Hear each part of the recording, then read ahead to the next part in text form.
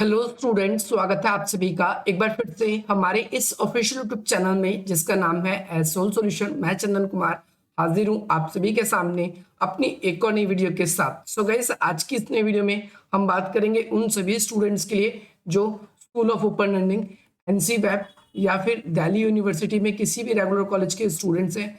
उन सभी के पास में फर्स्ट या सेकेंड सेमेस्टर में ईवीएस का सब्जेक्ट है। तो आज की नई वीडियो उन सभी स्टूडेंट्स के लिए मोस्ट इंपॉर्टेंट रहने वाली है।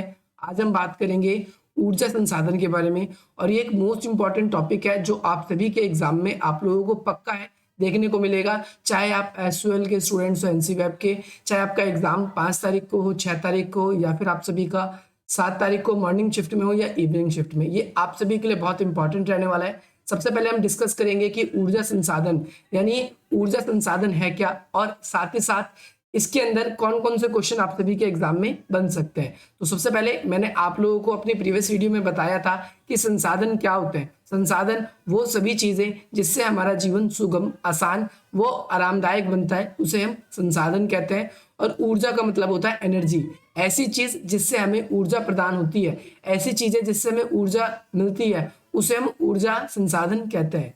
पृथ्वी पर हम देखते हैं बहुत सारी ऐसी चीजें हैं जो कि ऊर्जा संसाधन के रूप में उपलब्ध है। जैसे हम उनको दो प्रकार से कैटेगराइज करते हैं, एक परंपरागत ऊर्जा के संसाधन और एक गैर परंपरागत ऊर्जा के संसाधन।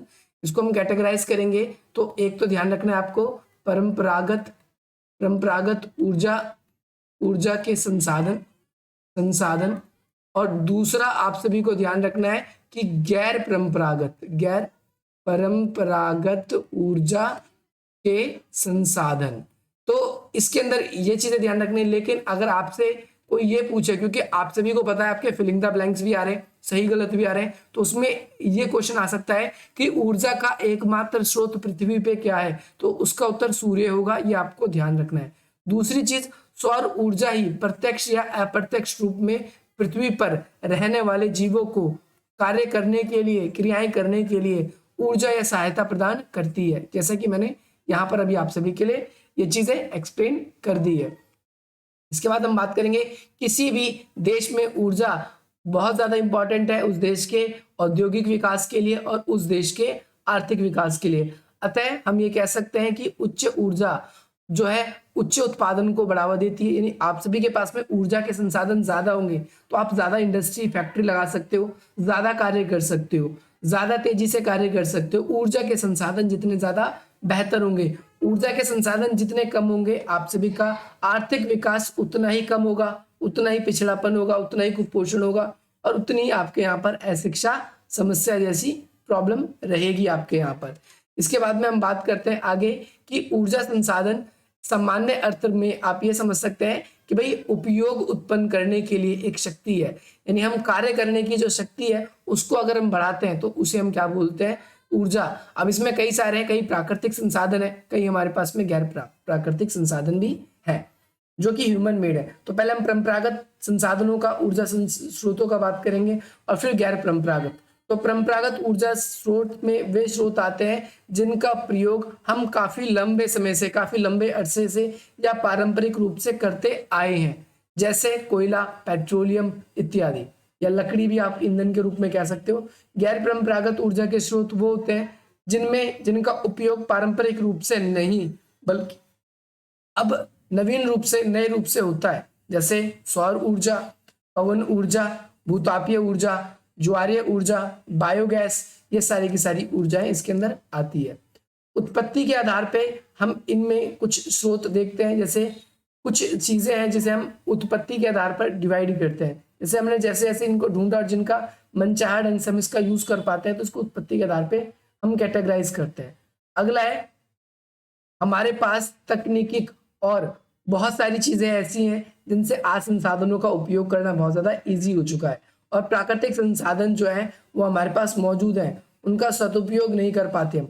हमारे पास अगर ऊर्जा के अच्छे संसाधन या फिर हमारे पास में तकनीकें नहीं है, अगर हमारे पास तकनीकें नहीं है तो हमारे पास संसाधन होते के साथ भी हम उसका यूज नहीं कर सकते या नहीं कर पाते, ये इस पॉइंट के अंदर मेंशन है। इस सवाल में लिखा है कि इसके अंतर्गत कई प्रकार के ऊर्जा के स्रोत आते हैं। इसमें कई प्रकार के ऊर्जा के स्रोत आते हैं जिसमें जीवाश्म, परमाणु ऊर्जा, सौर ऊर्जा, पवन ऊर्जा, है ना, ये सारी की सारी बहुत सारी ज्वारीय ऊर्जा, ये बहुत सारी ऊर्जा है जो कि हमारे पास तकनीक होने के बाद ही ये संभव हो पाया है। हम प्राचीन काल से या परंपरागत रूप से इसका यूज नहीं कर पाए क्योंकि हमारे पास इतनी तकनीकें नहीं थी। ध्यान रखना है, किसी भी देश के सतत विकास के लिए, किसी भी देश के सतत विकास के लिए वहां पर उस देश के अंदर जो है संसाधन बहुत इंपॉर्टेंट रोल प्ले करता है। और ऊर्जा संसाधन एकमात्र ऐसा सोर्स है जो उस देश में ऊर्जा को कभी खत्म नहीं होने देता, या फिर ऊर्जा उस देश में बनी रहती है, विकास गतिमान रहता है हमेशा, और हमेशा से संसाधनों का दोहन जो है वो उचित रूप में हो पाता है। सो होपफुली आपको ये भी क्लियर होना चाहिए। सतत विकास के लिए भी उपयोगी है। इसके अलावा नवीकरणीय ऊर्जा के स्रोत, यानी जो नए ऊर्जा के स्रोत हैं, गैर परंपरागत है, जिनका हम क्या है कि पुनर्चक्रण, या देखो अब सीधी सी बात है, जो परंपरागत है, परंपरागत के अंदर जैसे कोयला आता है, कोयला आपने यूज किया खत्म हो गया, पेट्रोलियम आपने यूज किया खत्म हो गया। तो ऐसे परंपरागत ऊर्जा के स्रोत क्या है, खत्म हो सकते हैं, लेकिन जो अपरंपरागत ऊर्जा के स्रोत है वो खत्म नहीं हो सकते। जैसे इसके अंदर हम बात करें तो पवन ऊर्जा, है ना, ये पवन ऊर्जा को हम यूज कर सकते हैं, सौर ऊर्जा इसको हम यूज कर सकते हैं, ज्वारीय ऊर्जा इसको यूज कर सकते हैं, भूतापीय ऊर्जा इसको यूज कर सकते हैं। तो ये सारी की सारी ऐसी ऊर्जा है जो कभी भी खत्म नहीं होगी, कभी भी कम नहीं होगी, ऐसा कहा जा सकता है। और इनका उपयोग हम लगातार और कितना भी प्रयोग कर सकते हैं, जितनी हमारे पास तकनीक और जितनी हमारे पास में क्षमता है उतना ज्यादा हम इसका उपयोग कर सकते हैं। तो अनवीकरणीय ऊर्जा के स्रोत पूछे आपसे पेपर में, तो अनवीकरणीय ऊर्जा के स्रोत परंपरागत ऊर्जा के स्रोत होते हैं जब किसी ऊर्जा का उपयोग दोबारा ना किया जाए, जैसे पेट्रोलियम, कोयला, इनका उपयोग दोबारा नहीं कर सकते, तो ये अनवीकरणीय या अनवीकरणीय आप कुछ भी कह सकते हो, ठीक है। जैसे कोयला, पेट्रोलियम, प्राकृतिक गैसें, परमाणु ऊर्जा इत्यादि, हम एक बार ही जब हमने इनका यूज कर लिया तो दोबारा इन सभी का हम यूज नहीं कर सकते। तो ये आप सभी को ध्यान रखना है। तो ये क्या है, अनवीकरणीय में आएंगे।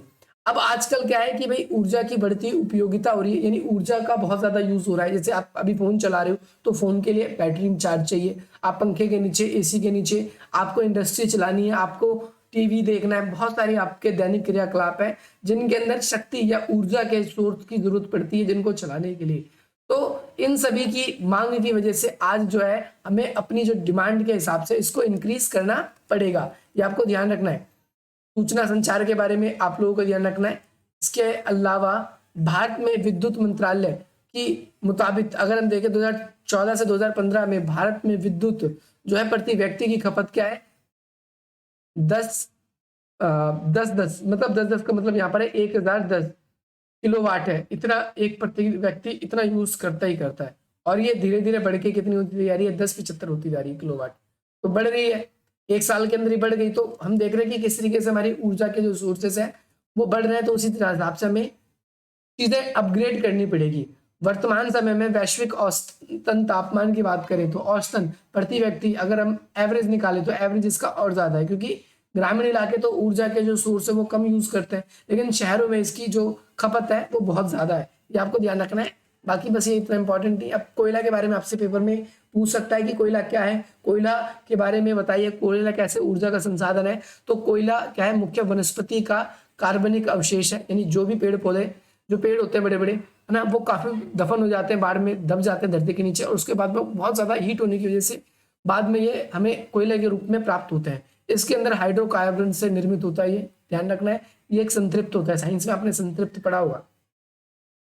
और ये ज्वलनशील खनिज है जिसको जलाया जा सकता है, जिससे ऊष्मा या विद्युत उत्पन्न की जाती है, और ये जैविक पदार्थों से मिलकर बना होता है। इसके अंदर कार्बन होता है, हाइड्रोजन होता है, ऑक्सीजन होता है, ये सारी गैसें होती हैं, फास्फोरस भी होता है, और सल्फर इत्यादि पाया जाता है।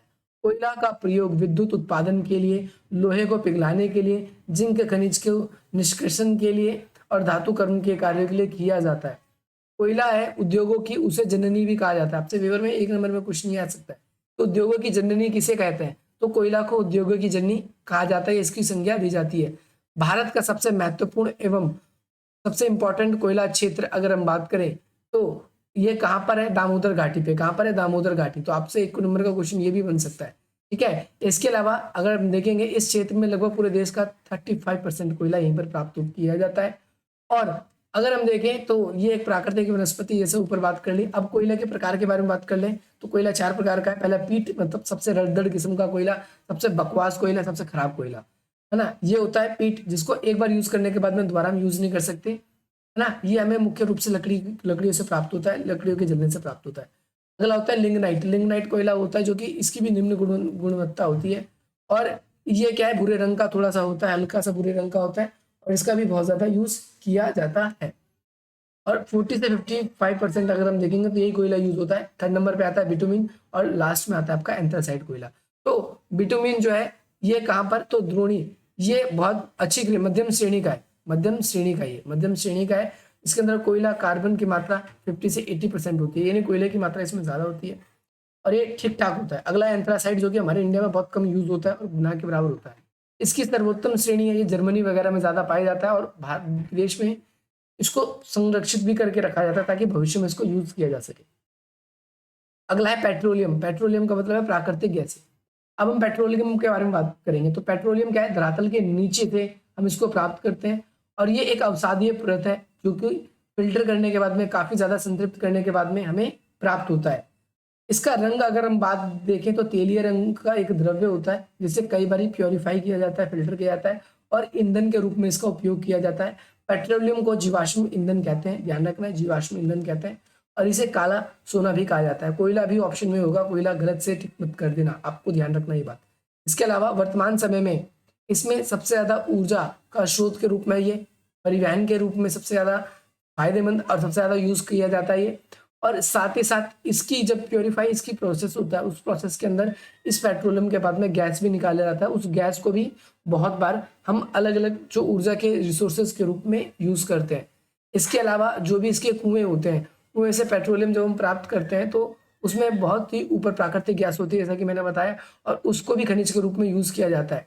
इसके अलावा देखेंगे हम कि भारत में जितने भी आपकी ऐसी चीजें होती हैं जो क्या कॉस्मेटिक की चीजें होती है, उसके अंदर भी पेट्रोलियम का यूज किया जाता है। किस चीज के लिए, उसके अंदर चिकनाई के लिए। अगला है बायोम या जैव ऊर्जा। जैव ऊर्जा यानी जीवों से जो ऊर्जा प्राप्त होती है, इसके बारे में बात करेंगे। जैव ऊर्जा ग्रामीण ऊर्जा के क्षेत्रों में जो ऊर्जा की संकट है उसको दूर करने में महत्वपूर्ण भूमिका निभा रही है और निभा सकती है। और ऊर्जा का एक स्वच्छ और सस्ता स्रोत है, और इसके अंदर स्वास्थ्य के सुधार के लिए भी बहुत अच्छा है। स्वास्थ्य के लिए भी इसमें महिलाओं की बहुत ज्यादा भूमिका होती है, और इसके अंदर जो भी जैविक खाद होते हैं उनके उनके जैविक खादों के जरिए ही इससे जो ऊर्जा है, जैव ऊर्जा प्राप्त की जाती है। ध्यान रखना है, इसमें पशुओं का गोबर, मानव के मल और रसोई के जो अपशिष्ट होते हैं, नगरों के जो अपशिष्ट होते हैं, उन्हें डालकर एक एक कुंड टाइप का बनाया जाता है। और प्रतिवर्ष अगर देखें तो 1000 मिलियन टन जो है पशुओं के अवशेष वगैरह से इसमें क्या किया जाता है, ऊर्जा बनाई जाती है। ये आपको ध्यान रखना है। इसमें इससे भविष्य में और ग्रामीण क्षेत्र की जो ऊर्जा है, ग्रामीण क्षेत्रों में जो ऊर्जा की कमी है उसको इससे पूर्ति किया जा सकता है। ध्यान रखना है, देश का पहला बायो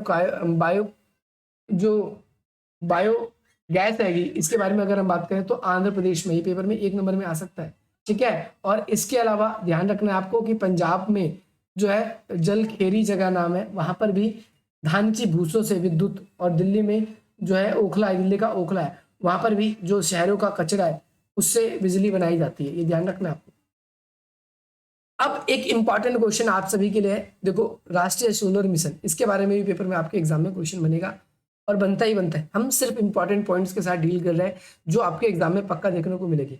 तो राष्ट्रीय सोलर मिशन क्या है, ये पेपर में आ सकता है। तो भारत सरकार ने राष्ट्रीय सोलर यानी सौर ऊर्जा का एक मिशन की शुरुआत की है। इसे ही हम क्या बोलते हैं, राष्ट्रीय सोलर मिशन, या फिर जवाहरलाल नेहरू राष्ट्रीय मिशन भी कहा जाता है। जवाहरलाल नेहरू राष्ट्रीय मिशन, ध्यान रखना है आप सभी को। देश की जैसे जैसे जनसंख्या बढ़ रही है वैसे वैसे ऊर्जा की आवश्यकता बढ़ रही है, और ऊर्जा की आवश्यकता बढ़ने के साथ साथ हमें ऐसे रिसोर्सेज की तलाश करनी होगी जिससे हम ऊर्जा की खपत को पूर्ति कर सके और हमारे संसाधन भी सुरक्षित रहे। तो 2010 में पंडित जवाहरलाल नेहरू राष्ट्रीय मिशन की शुरुआत आरंभ की गई।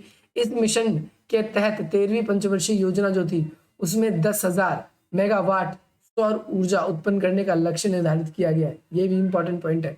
इस लक्ष्य को हासिल करने के लिए देश में सिलिकॉन वैली तथा अगर हम बात करें अनेक ऊर्जा जो वैली है उसका निर्माण किया गया है। दूसरा पॉइंट आप लोगों को ध्यान रखना है, ये जो वैलीज है, ये जो सिलिकॉन या सोलर वैलीज है, इन सोलर वैलीज में औद्योगिक क्षेत्रों में जो बिजली है उनको पहुंचाने की बजाय हम इसका इस्तेमाल जो है वो किस चीज के लिए करेंगे, हम ग्रामीण लोगों के लिए करेंगे, और देश की विकास में उसको कार्य करेंगे। क्योंकि जितनी ज़्यादा प्राइवेट कंपनीज होती है, बड़ी बड़ी कंपनी होती है, तो खुद ही अपने लिए सोलर सिस्टम क्रिएट कर लेती है। तो इस मिशन से क्या फ़ायदा मिलने वाला है? इस मिशन से फ़ायदा ये मिलने वाला है कि जो ग्रामीण लोग हैं उन लोगों को बहुत ज़्यादा क्या मिल जाएगा, बिजली मिलेगी। और 2022 तक यानी जो इस सन है, इससे 1 लाख मेगावाट बिजली उत्पन्न की जा सकती है। और शहरों में या ऐसे स्वदेशी इलाके जहाँ पर बिजली की समस्या है, उन जगह की बिजली की समस्याओं को खत्म किया जा सकता है। ध्यान रखना है आप सभी को ये। होपफुली आपको ये क्लियर हो गया होगा। इसके बाद में नीचे, अब ये बहुत इंपॉर्टेंट, अब ये विवाद वाले कॉन्सेप्ट है, ये अलग है, ये विवाद वाले हैं और ये इस वीडियो में नहीं, हम अगले वीडियो में डिस्कस करेंगे। तो ऊर्जा सोर्स के जितने भी क्वेश्चन थे होपफुली आप सभी को क्लियर हो गए होंगे। अब हम विवाद वाले इकट्ठे एक वीडियो में डिस्कस करेंगे। अगर आप लोगों को वीडियो पसंद आई तो आप इस वीडियो को लाइक करें, अधिक से अधिक मित्रों तक शेयर करें, और हमारे इस चैनल से जुड़ना चाहते हैं हमारे चैनल को सब्सक्राइब करें। ये हमारा नंबर है, अगर आप हमसे कॉन्टैक्ट करके हमसे जुड़ना चाहते हैं तो हम हमसे भी जुड़ सकते हैं। मिलते हैं आप सभी से अपनी अगली वीडियो में। जय हिंद, जय भारत।